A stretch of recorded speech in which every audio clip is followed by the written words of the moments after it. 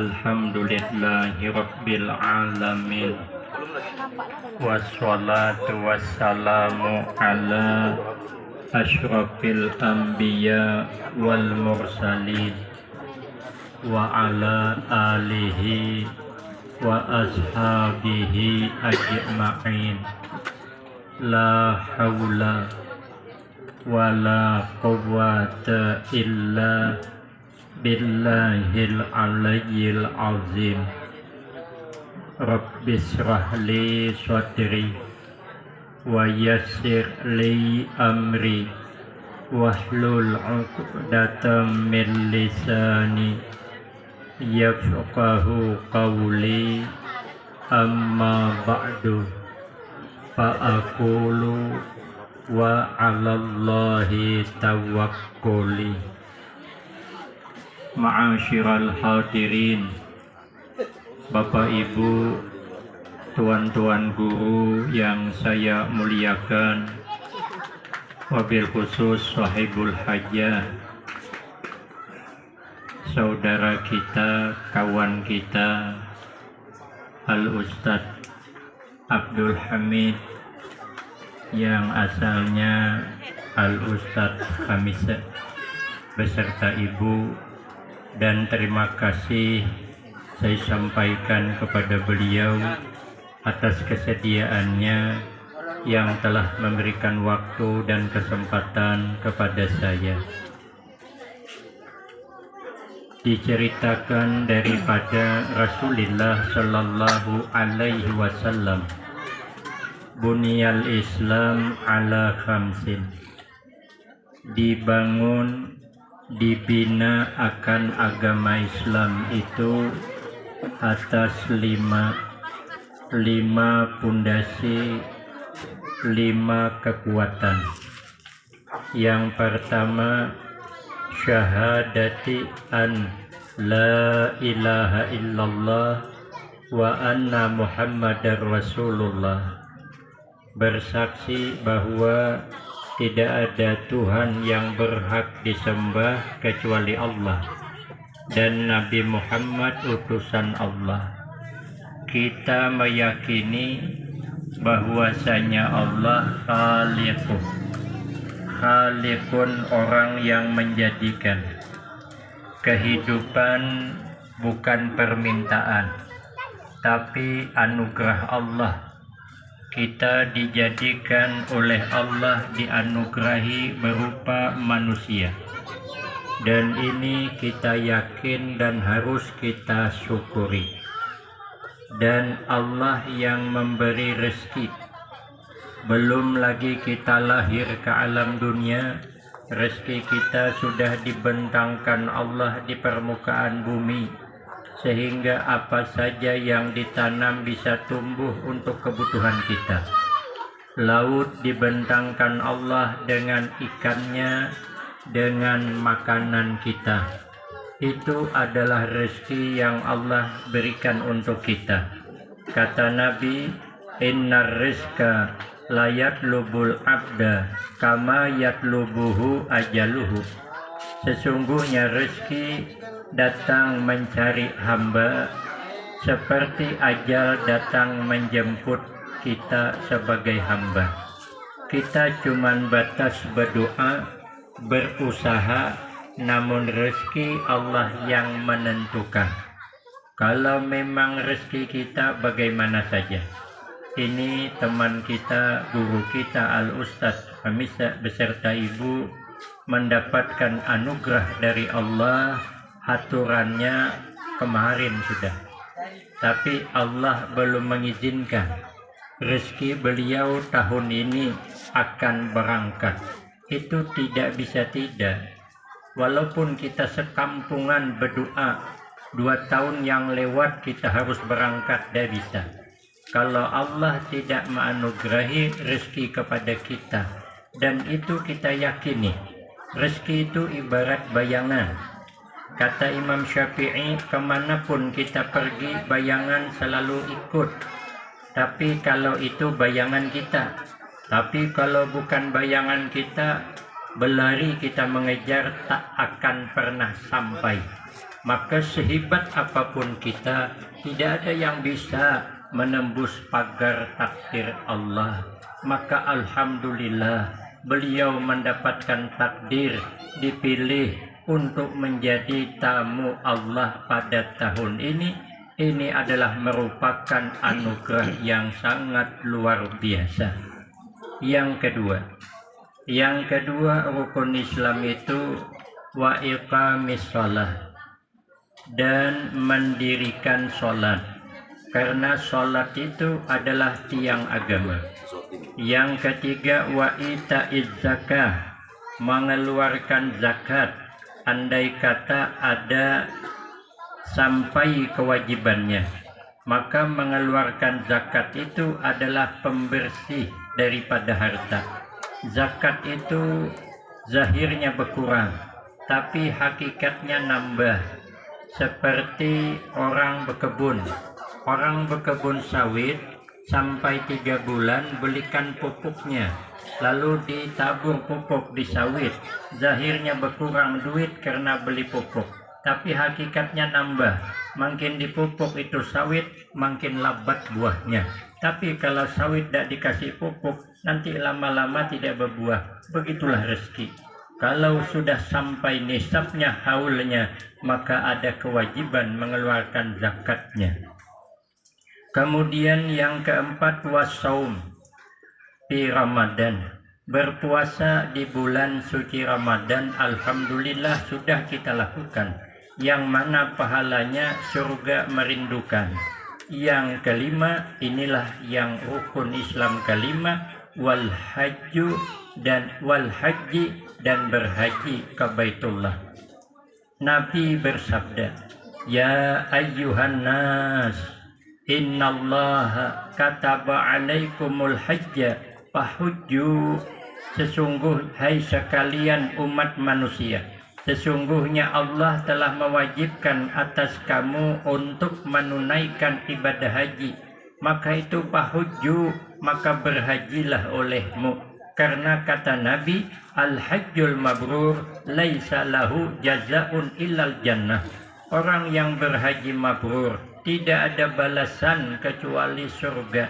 Maka perjalanan yang paling indah, perjalanan yang paling mesra adalah perjalanan menuju ke tanah suci Makkah. Labbaik Allahumma labbaik, innal hamda wan ni'mata laka wal mulk la syarikalak.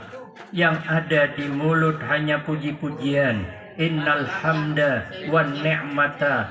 Di Makkah itu merasa nikmat terus, padahal antriannya luar biasa. Orang tidak ke WC itu, saya pernah menghitung sampai 9 orang baru sampai ke saya. Mikir saya, sampai tidak giliran kalau keburu keluar begitu. Tapi alhamdulillah, walaupun antrinya sampai 9 orang, tetap innal hamda wan ni'mata. Sedang sa'i, sedang tawaf, digilas orang.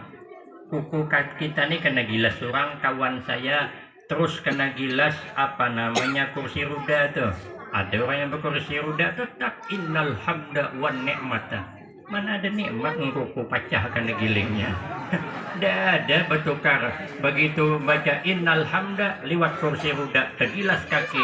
Innal hamda wal bangsata. Mana ada. Semua nikmat tergilas itu tidak ada marah. Di sana diapai orang jadi ada marah. Terai kita di kampung, orang sudah duduk sempit, sudah datang lagi orang di belakang, tangannya ke kepala pula. Di langkahnya pula kita. Maka pakaiannya lumayanlah baunya.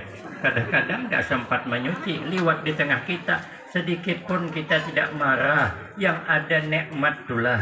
Makanya perjalanan yang sangat luar biasa adalah menuju tanah suci Makkah. Apa alasannya? Karena kata Nabi, innal hajj hina yahruju min baitihi. Sesungguhnya orang yang berhaji ketika keluar dari rumahnya, maka dia tidak melangkah kecuali ditulis satu kebaikan dan dihapus satu kejahatan. Kita tinggal menghitung berapa langkah kita menuju ke tanah suci Makkatul Mukarramah. Di dalam hadis lain Nabi bersabda, al-hujjaju wal ummaru waqdullah. Orang-orang berangkat haji dan orang berangkat umrah itu adalah tamu Allah. Kalau sudah tamu Allah berarti pilihan sudah. Kalau kita ini diundang oleh orang yang paling hebat, presiden mengundang kita, kita tinggal di Serdang, macam mana enaknya kita. Di sana tuh dilayani, kita ini Allah yang mengundang. Bukan orang biasa yang mengundang, Allah yang mengundang kita sebagai hambanya untuk datang ke tanah suci Makkah menjadi tamu Allah. Dapat dibayangkan, maka tidak usah dipikirkan lagi bagaimana saya di Makkah, bagaimana saya di perjalanan. Bisalah Allah mengatur tamunya. Seperti kita hari ini datang ke tempat beliau ini sebagai tamu, kita dosa mikir apa makanannya, di mana duduknya, dosa mau nasi bungkus, dosa makan pais, sudah disiapkan. Aku mandang dari dalam itu, nah di depan tuh nah sudah ada. Makanya tidak mau lama-lama ceramah tuh sudah siap sana tuh. Nah, belum kita datang sudah disiapkan. Ini taruh sudah dipasangkan, ini kursi diletak. Ini pagi tadi mana ada kursi ini? Kursi ini di rumah letaknya. Taruh ini 2 hari yang lalu tidak ada. Kenapa dipasang? Karena untuk menghormat tamu. Allah lebih pandai menghormat tamunya. Allah lebih pandai memuliakan tamunya. Maka bagaimanapun di sana tetap nikmat. Asal orang berangkat haji, yang pertama di dalam manasik itu harus ikhlas. Ikhlas segala-galanya. Akhlisu a'malakum lillah. Kata Nabi, ikhlaskanlah amal-amal kamu karena Allah. Karena Allah la yaqbalu illa ma khalasa. Allah tidak menerima amal hambanya kecuali amal yang ikhlas. Maka itu ikhlas ini yang sangat penting. Saya baru mau pulang dari Pekalongan dengan beliau. Ustaz Khamisa ini satu pondok sama saya di PHI, sama-sama sekolah bersama saya. Jadi kawan baik dari kelas 1 aliyah PHI di Pekalongan sekamar. Cuman beliau ini makannya enak, lauk ayam, saya lauk tempe dengan mangkono. Kiriman 25.000 cuman beliau pernah menggoda saya kan duit habis, puasa saya, puasa sunat. Makanya beliau beli nasi bungkus, lauknya ayam, lututnya ditingokkannya ke atas. Digodanya saya, mau tidak makan katanya. Saya bilang saya puasa, nanti dia untuk buka puasa jadi katanya. Kalau tidak makan sekarang, kau tengok lututnya di atas, sudah jelaslah pahanya di bawah. Tidak mungkinlah lutut ayam di atas, di bawah tahu, mesti pahanya. Aku tidak tahu lo kebuhet tuh lah makan. Puasa bisa lah besok. Nih lauk ayam nih dulu. Bisa besok saya puasa lagi. Kan dia bilang mana nasi bungkusnya, tak berani lagi kapok dia. Itu apa kita bertahan-tahan puasa bisa besok. Inilah makanan yang tidak ada besok. Saya mau pulang ke Sumatera, beliau juga. Lalu kiai kami nasihati, ternyata kemanapun kita berangkat, apalagi ke tanah suci, pesan beliau itu yang ikhlas. Hendak mengajar yang ikhlas, hendak berdakwah yang ikhlas, hendak menjalankan tugas yang ikhlas, memenuhi undangan yang ikhlas. Tapi ini berat. Makanya dalam kitab Nasaihul Ibad, kita nih berat meninggalkan larangan daripada mengerjakan perintah. Kita bisa berangkat haji, bisa. Banyak orang bisa berangkat haji, tapi mengikhlaskan di hati yang berat. Jangan ada riaknya, jangan ada yang penyakit-penyakit hati ini berat. Tidak usah jauh lah, kita di kampung sajalah. Ada orang sugih selamatan rumah. Orang sugih itu baru tinggal di kampung kita. Rumahnya 4 tingkat, lapangan halamannya kayak film Indosiar tuh. 4 tingkat rumahnya, pagarnya berkilat, mobilnya Alphard, bininya 4. Nah, kurang apa lagi? Selamatan habis sekampungan kita diundangnya. Alhamdulillah kita bisa berangkat, bisa memenuhi undangan, bisa. Pertanyaannya, bisa dan ikhlas sepenuhnya. Sekalinya datang di situ, acaranya selamatan rumah, baca berjanji sampai habis. Habis berjanji baca lagi Maulid Ali Al-Habsyi. Soalnya mau lagi Maulid tiba. Orang tanya apa banyak niat, ada nazar katanya. Ya nazar juga, tapi jangan ngajak-ngajak kawan. Kalau nazar baca dewean. Ini orang pula diundangnya. Oh ini enak dia sakit di awak. Sekali habis acara dari jam 8 malam sampai jam 10. Sekali keluar hidangan apa? Bubur kacang. Nah, maka sendoknya berenang bola di atas bubur. Kebanyakan kuah daripada kacangnya. Habiskan kuahnya baru ketemu kacangnya. Pertanyaannya kira-kira pulang dari situ sanggup tidak menyebut. Nah, sampai ke rumah jangan komen sanggup tidak. Ada harapan model-model yang hadir ini tidak harapan. Paling sampai ke simpang sana percuma jadi orang sugih katanya. Aku terus teranglah kalau udah begitu kenduri 3 kali seminggu aku sanggup. Minggu depan ketemu lagi ungkitnya lagi. Berarti kita ini berat meninggalkan larangan. Kan enak. Jadi orang hebat bisa, tapi jangan merasa hebat bisa enggak. Mestinya kita ini dihormati orangkah? Tidakkah? Ya biasa-biasa saja. Jangan pernah tersanjung, disanjung orang. Jangan tersinggung, orang tak menyanjung. Tapi begitu orang tidak menghormati, kena juga kita. Kena, masih ada penyakit hati lagi. Saya pernah menggantikan kawan ceramah. Sampai ke tempat itu jadi hiraukan saya. Jadi hiraukan orang, ringkas cerita, panitia kata sambutan. Kata panitia minta maaf Bapak Ibu yang ceramah hari ini tidak sesuai dengan yang tertulis dalam undangan. Dalam undangan mestinya Al-Ustadz Norman Kardi Provinsi Jambi yang tidak asing lagi di tengah-tengah kita. Cuman karena beliau berhalangan cari di Kuala Tungkal yang tidak kalah hebatnya. Rupanya beliau juga berhalangan. Maka dikirimkanlah Ustadz yang sudah ada di tengah-tengah kita. Maka saya pun belum kenal dan tidak tahu siapa namanya. Pikir hatiku bungolnya orang ini. Apalah salahnya bertanya. Orang segagah aku tidak kenal. Apa kata dunia? Orang Banjarmasin bilang aku ini mirip Afgan. Aku tidak sadar. Ustaz Abdul Manan yang nelpon saya, kawan beliaunya sekelas kami dengan Ustaz Abdul Manan Pangkaduri. Nah, beliau insyaallah tanggal 9 ke sini membawa Ki Hasanuddin. Dia telepon saya ada bergambar pakai kacamata, pakai jakit hitam, mirip Afgan Ustaz katanya. Aku dewe tak sadar kalau aku ini gagah. Aku santri, coba putarkan mana video Afgan tuh. Putarkannya lah, Afgan bernyanyi, judul nyanyi Kehilangan Cinta. Sekali kau perhatikan memang betul mirip rupanya. Masa ada kenal, timbul juga aku di hati panas, saya pikir hati saya belum tahu dia. Timbul tak sombongnya. Maksudnya tidak boleh. Saya diundang beliau hari ini datang ke sini. Pada sibuk saya. Tadi malam masuk santri saya yang biasa nyupir ke rumah sakit dirawat. Aturannya besok pagi jam 6 kami terbang ke Banjarmasin dengan anak itu.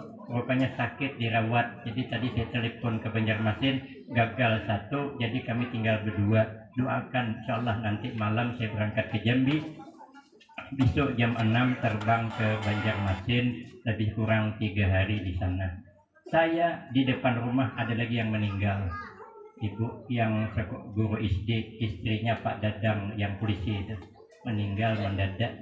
Jadi saya bagaimanapun harus sampai ke sini. Bisa diundang beliau bisa saya datang. Nah, yang pertanyaannya bisa tidak membayangkan amplopnya tuh. Aku kawan masalahnya deh. Soalnya orangnya dermawan masalahnya. Aku waktu mondoknya sering di bandarnya. Aku pergi ke Jogja, tambang beliau nambangkan acara musabakah tingkat nasional di Jogja tahun 91. Saya ikut di sana melihat beliau yang nambangkan. Kalau saya tidak pergi, beliau tidak mau pergian. Jadi saya gratis, tambang gratis, makan gratis. Nah, orangnya dermawan. Terbayang dah amplopnya tuh. Padahal tidak boleh itu, tidak boleh. Kita tidak boleh mengharap-harap itu. Nah, jadi kan makanya ke Makkah ini pun hati-hati kita. Jaga hati yang ikhlas karena menjunjung tinggi perintah Allah. Yang kedua, di dalam manasik itu kita ini bagaimanapun hebatnya pernah punya salah.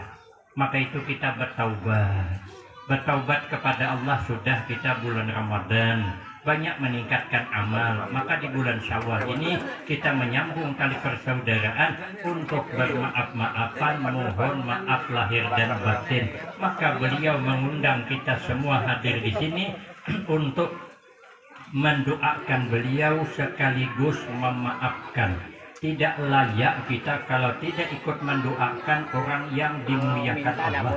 Tidak layak kita tidak memaafkan kesalahan orang yang sudah dipilih Allah, yang dimuliakan Allah. Maka datang kita di sini mendoakan agar beliau ini dilancarkan dan diselamatkan perjalanan menuju ke Makkah dan beribadah di sana dan pulang kembali ke tanah suci, ke kampung halaman dengan membawa haji mabrur yang tidak ada balasan kecuali surga. Amin Allahumma amin. Terakhir, Nabi ditanya, wa ma hasanatul haram, apa kebaikan-kebaikan tanah haram? Kata Nabi, bikulli hasanah mi'atu alfin, setiap satu kebaikan balasannya 100.000. Jadi kalau sekali baca tasbih di sana sama dengan 100.000 kali di kampung halaman. Kalau di Madinah, sekali sembahyang di Madinah sama dengan 1000 kali di kampung halaman. Tapi kalau di Makkah, walaupun tidak di Masjidil Haram, tapi di tanah sucinya, mau di maktab, mau di mana, yang penting dia di tanah suci Makkah, maka lebih baik pahalanya daripada 100.000 kali sholat di kampung halaman. Kemudian sampai ke Madinah.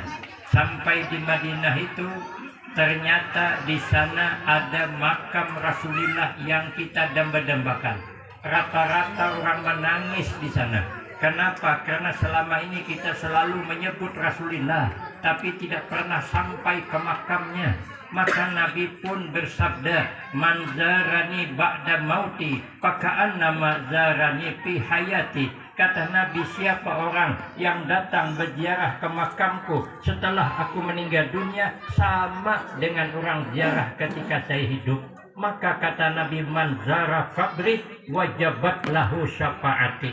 Siapapun orang yang pernah ziarah ke makam Rasulullah wajib dapat syafaat Nabi nanti di hari kiamat. Makanya beruntung sangat. Mudah-mudahan kita juga yang belum berangkat akan dipilih Allah menuju ke tanah suci Makkatul Mukarramah, sehingga mendapatkan syafaat Rasulullah dan mendapatkan haji mabrur, dirindukan oleh surga, diampuni dosa. Amin Allahumma amin. Ini saja sekilas yang dapat saya sampaikan. Lebih kurang saya banyak minta maaf. Akhirul kalam, wabillahi taufiq wal hidayah. Wassalamualaikum warahmatullahi wabarakatuh. Waalaikumsalam warahmatullahi wabarakatuh. Labbaik Allahumma labbaik, labbaik Allahumma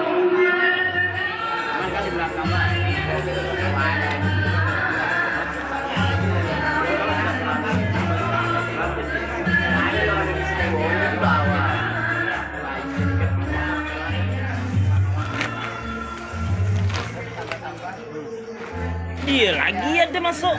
Ais.